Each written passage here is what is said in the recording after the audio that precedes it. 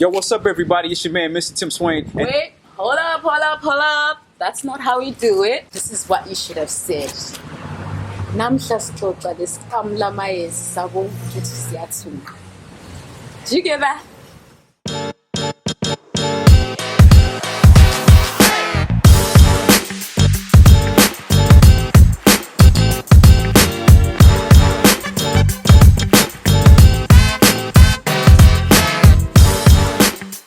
Okay, what's up, everybody? Once again, today I have a very special guest, as you heard in the intro, all the way from Zimbabwe. So once again, please tell us your name.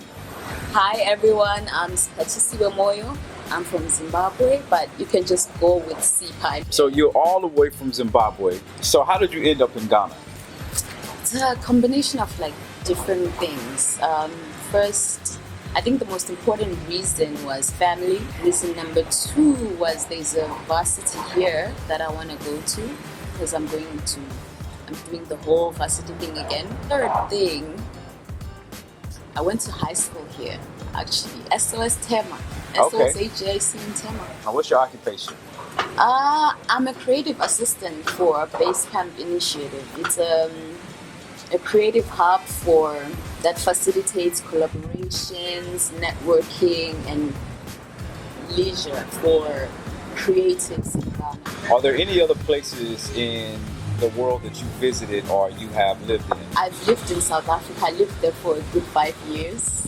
I lived in Johannesburg. I visited Zanzibar. And you've been around to several places in the continent. You also have been outside of the continent. Yes. So which part of the U.S. were you in? I was in Mississippi. Mississippi. We were doing an exchange program. We had kids from their school go to our school and take our place, and we went to their school to take their place to get like sort of a cultural exchange. Was that your first time in the U.S.? If so, talk to me a little bit about like what were your experiences like before you went, and some of the things that shocked you either in a good way, not so good way, or just some things you learned while being in Jackson, Mississippi. That's the South. Some places there felt familiar. Wow. Like a place I've been to, or like a place that looks like a place that's in Zimbabwe or something. So it wasn't too different in that way. It was sort of like a novelty for them, like something they'd never seen before, like as an African. Yeah, they didn't expect Africans to be as human as they saw us. I don't think they expected us to communicate as effectively as we did with them in their language. They didn't expect us to be dressed in modern clothing. What were some of your experiences with the African Americans there? And you can be totally real about it. I mean, that school had like I think most of the population, there were more white kids in that school than black kids. But the white kids were more receptive and more curious about what it is to be African, and they wanted to know more. I feel like the black community there was a little bit enough. I know like most Americans, black Americans don't have a lot of education about Africans, and I think because of the racial climate there and black Americans being at the bottom of the ladder, it felt like sometimes they see Africans as someone they are also people that they're also better than. Wow. Like they're want like, to feel better. Okay, you know what? We are the least, but at least we're better than the Africans. Wow. Yeah. That's very true. I mean, growing up, if you called me an African, it was insulting. Because the only thing we saw of Africa was the flies. I know. I'm sure. It goes back to the level of miseducation that we have. Generally speaking, Americans only speak one language. Yeah. But you, coming from a place where people didn't even expect you to wear clothes, tell us a little bit about how many languages do you speak? Okay, I speak Ndebele, which is my first language. Okay. And I speak Zulu, I speak Shona. I have some knowledge of French because I did it in school. Well, English is, I don't even mention English. So 5 languages. And as I said, I think this speaks to the tremendous cultural gap that we have that exists within Africans in the diaspora, what do you think are some of the most common challenges facing Africans around the world right now? We're not as advanced in our educational systems as the West, of course not. But we know the value of it.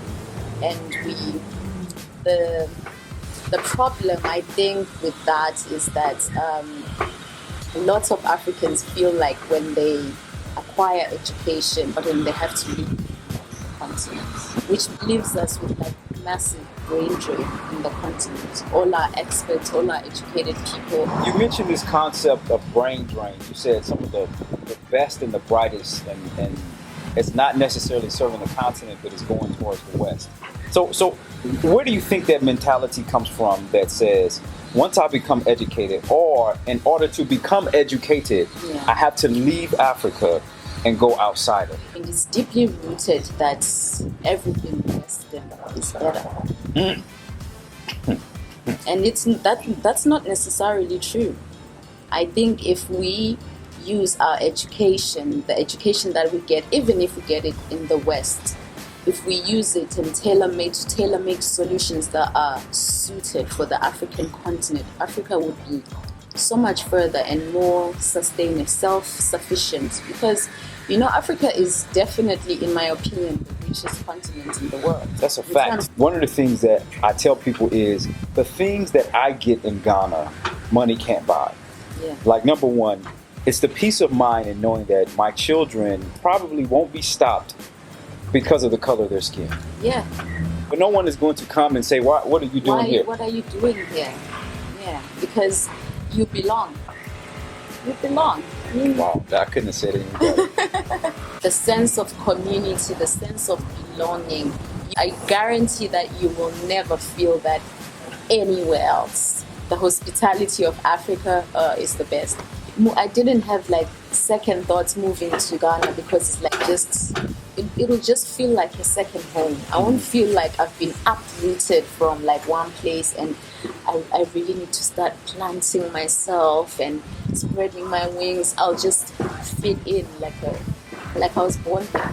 If you're a black person in the diaspora and you're looking for a sense of identity, this is where you'll find it. Like you will have that spiritual connection with the place. Anywhere in the continent you go. You could be in South Africa, you could be in Ghana, you could be in Nigeria or Tanzania, but you'll always feel at home. Okay guys, ngiyabonga uxoxa nani today. I hope mathora nyaya zinonakitsa panapa. And remember to subscribe, like the video, leave a comment. What was your favorite part about it? What does this mean? Absolutely nothing.